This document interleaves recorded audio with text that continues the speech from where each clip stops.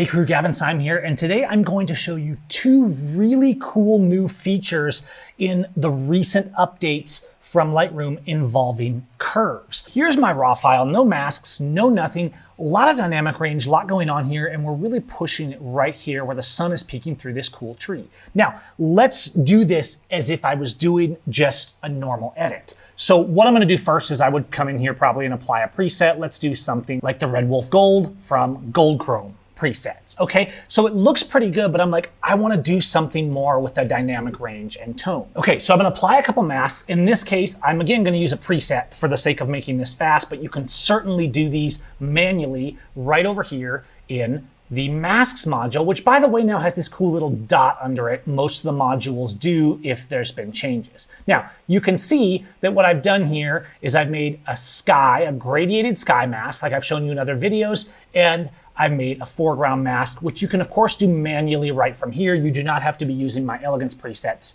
to do that. Let's take, for example, this foreground mask. You'll notice now, and I've already have one applied as part of that Elegance preset, but you can see there's now a curve here within the mask itself. So now when I adjust this, I'm only applying that to what the curve has. And you can see I have a nice highlight roll-off curve here, but I could push this up or down a little bit. Maybe I want to bring a little more into these shadows and just kind of control the highlights a little bit more. But maybe I want these darks to be a little darker. I want to push these around. I want to do a little shadow lift. So I can move these around wherever I want to kind of get the right balance. And since here, I'm working on foreground, I might say, well, I want a little more highlight punch on this one, right? Not that much. Let's zoom into the curve and just use that point curve. So a point curve is very simple. And over here, the right is highlights and the left is shadows. And you can see your histogram kind of there in the background. Works just like it does in Photoshop. And then I could roll off the sharp highlights just to kind of find a nice balance. Okay, now let's go directly to the sky. Now, instead of adjusting the foreground, we're adjusting the brightest portions up here of the sky. Our foreground mask is working really good. Our sky mask is a little bit messy. The complexity of this scene, normally the AI masking in Lightroom does really well. This one, not quite so perfect. I'm gonna delete this and I'm just gonna throw in a gradient instead. So I'm gonna drag a linear gradient down from the top, going down like this. So we're going all the way down in the areas where there's sky, fading off right around the sun area. Now, this of course is a zeroed out mask. I could go up here and use like a local adjustment preset from Elegance, but let's just do it manually just for the sake of this. And what I'm probably gonna wanna do is pull down the highlights a little bit on this one. And so this is the cool thing. Yes, you can go in here and you could do shadow and highlight sliders and exposure. We've done this for years and it works, but the ability to have curves here now gives us an immense amount of control. And in a minute, I'm gonna show you a couple other ways to deal with it where you might notice it being even more profound. But in this case, I can adjust it, I can move my mask around and just really have a lot of control over pulling the dynamic range out of this scene. It looked fine before, but just a couple of masks really helped to bring out the punch. Okay, here is a portrait. This is a little bit of a difficult one that I think a lot of people would have a problem with. It is a nice portrait, but the light, the specular highlights on the face are so much. Now, sure, we could just pull down highlights and that helps. We could do exposure and that helps. And there's different ways to do this. Another way would be like an F curve. If you go to my mod kit from Silver, let's apply the Intella F curve. Notice what happened here, okay? We're gonna make this manually in just a second. I'm gonna show you this new feature with what you can save in presets and how the ability to separate this is really cool. Because in curves, you have the point curve, and then if you click here, you have these parametric curves. So you kind of have two ways to control, or rather 5 ways, because you also have the color curves. Now these get pretty advanced and complicated, but you'll actually see I use them quite a lot when I'm doing advanced formulas. If I go to Filmist, let's say, and apply Portra 400 Gen 2, you can see it actually really helps out this. It really rounds off the curves and the tones because it brings this authentic filmic look. Now I can pull the exposure back maybe a little bit and really have a lot of control and then play with the curve. Here's what's happening though. Now we have all of these color curves. The cool thing now is you might say, hey, I want to save a preset to fix this. So I could adjust highlights a little more, tweak with the lights, the darks, the shadows, and just mess around a little bit with these settings to find a balance that's good for resolving this kind of a situation, right? Okay, so now if I go up here and I create a preset, you'll notice there's a new feature where you can save the point curve or the parametric curve.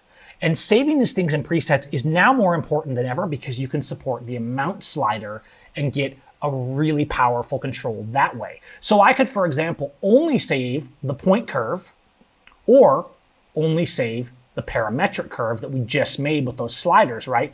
And now when I save that preset, it would only save these settings here. And then when I applied that in the future, it would not affect my curves here, which actually are a little more complicated to set up, and you might want those left alone, especially if you're using a film preset or something like that that has these complicated tonal color curves. By the way, it's worth mentioning, you can also do these color curves in the curves panel of the layers and masks, which allows you to do really nuanced color control. Even we don't have all the same color sliders in the mask mode, you can still control color nuances with the curves. But let's come back for a second to another image. How does this ability to save a preset relate? If you've used my F-curve or some of my more advanced manually coded curve presets, so for example, I could put Ectar on this, right? Let's apply Ectar to this, and you can see it has all its built-in curves and color curves and parametric curves. So you could make and then apply that parametric curve, and it wouldn't screw with all the point curves and the color nuances that you applied. You could use that. However, what happens here? Watch when I do this. If I apply my F-curve, which is from Silver's mod kit, and then I can turn it up or down to control how much I want it to control this scene here in Yosemite, you can see it's modifying that F-curve. By the way, if you're not familiar with the F-curve, you don't need my presets to make an F-curve. It's very simple. There's a video right here on the channel about how to use F-curves and why they're better than a normal S-curve that we've been taught for years. Check that out. We can now apply that curve, and it didn't touch these either.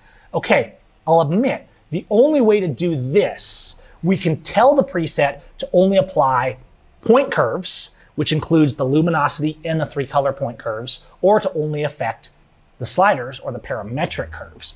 You can't tell it to only affect the RGB values of only the point curves. I know that's pretty nerdy and advanced, but actually it's a very useful thing because I can apply things like an F curve that's only in the luminance values, and it leaves my advanced color curves alone from a film look or a gold preset or something like that I put on, so I'm not wasting time. You can do this, as I talked about in the F curve video, by manually coding the preset. You have to remove the elements you don't want. But we're seeing progress because now at least we can split these. Hopefully soon Adobe will let us split out the color curves from the Luma curve. Now there's actually one more feature in the point curve that's also new. Let's actually go let's go to something a little more mild than the Eclar. Let's go to something like the Agfa Flex RSX, okay?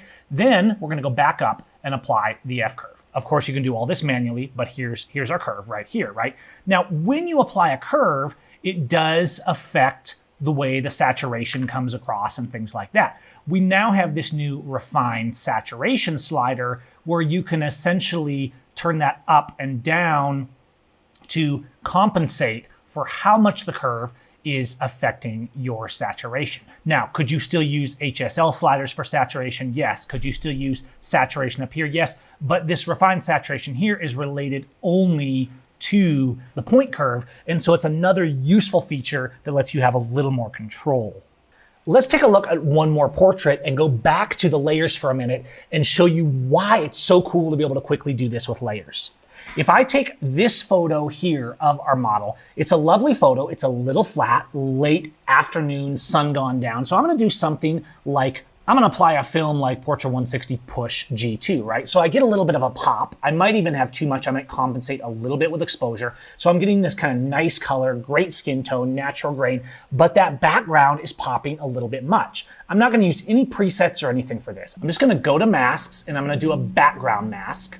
You could also do this by doing a subject mask and inverting, okay? So here's a background mask. You can see it's made a pretty good selection. Now, what I want to do with this is I want to key the background a little bit. Obviously, it's always better to have your light control in camera, but depending on your situation, sometimes everything doesn't work perfect. Now, in the past, we just had the sliders. So what happens if I just turn the exposure slider down?